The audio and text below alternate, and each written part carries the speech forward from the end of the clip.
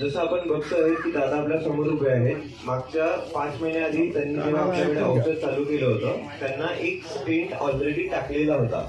त्यानंतरही त्यांना 3 ब्लॉक्स जे आहेत ते 98-92% असे उद्भवले होते. म्हणजे स्टेंटचं ऑपरेशन झाल्यानंतर जनरली काही प्रमाणामध्ये पेशंटला रक्त पातळ करण्याच्या गोळ्या वगैरे दिल्या जातात. यासाठी कारण ते जे क्लॉट असतात ते एकतर विरघळून जातात, आली वेळ तर औषधांनी विरघळून गेले तर त्याच्यामध्ये स्टेंट वगैरेची गरज पडत नाही.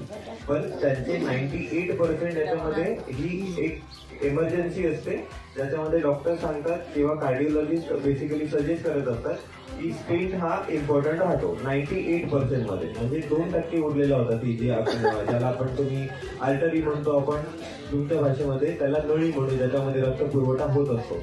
तो जर 98% ब्लॉक आहे तर कोणत्याही मेडिकल प्रोफेशनल जो असतो तो स्टेंटसाठी सजेस्ट करणार. पण दादांनी पण हिंमत करून आपल्याकडे आले होते. तर त्यानंतर त्यांचे जे 3 ब्लॉक होते त्या ब्लॉक जे आहेत ते बेसिकली पूर्ण क्लिअर झालेले आहेत आणि मागच्या 5 महिन्याच्या औषधांमध्ये हे आपण आयुर्वेदाच्या माध्यमाने अचीव केलेलं आहे. थँक्यू.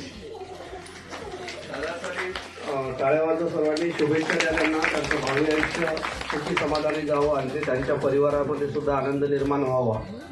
खूप मोठी अचिव्हमेंट आहे विघ्नाचा रुग्णसेवेसाठी सुद्धा. असंख्य पेशंटचे रिपोर्ट नील येत आहे प्रत्येक आजारामध्ये.